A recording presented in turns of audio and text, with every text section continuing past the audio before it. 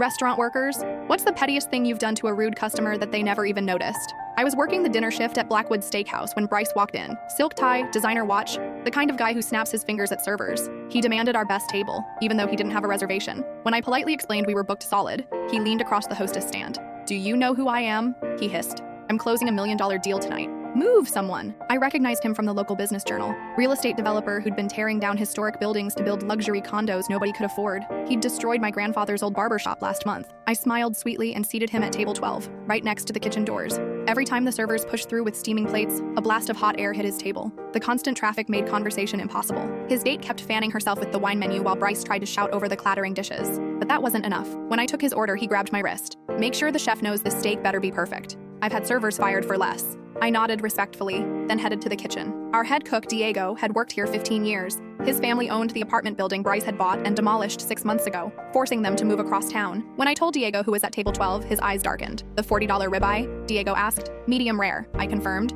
Diego grinned. "Got it." 20 minutes later, I served Bryce the most beautiful steak you've ever seen. Perfect sear, gorgeous presentation, exactly medium rare. He cut into it with theatrical precision, took one bite, and nodded approvingly. What he didn't know was that Diego had tenderized that steak with a mallet for 30 solid minutes before cooking it. Not enough to ruin the taste or texture, just enough to ensure every chew would be slightly more work than necessary. By the time Bryce finished, his jaw muscles were exhausted from the extra effort. His date complained about feeling tired. Bryce kept rubbing his temples, probably wondering why such an expensive meal felt so laborious. Meanwhile, I'd been refilling his water glass every few minutes with ice-cold water, ensuring his mouth stayed uncomfortably cold between bites of the warm steak. Each sip reset his palate, making him work harder to taste the supposedly premium beef he was paying for. The wine I'd recommended paired terribly with the dish, a dry red that clashed with the seasonings Diego had used. Bryce was too proud to admit he couldn't taste the subtle notes he kept pretending to appreciate. For dessert, he ordered our chocolate souffle. I made sure to place it directly under the air conditioning vent, where a steady stream of cold air slowly deflated his expensive dessert, while he tried to impress his date with stories about his latest development project. When he finally left,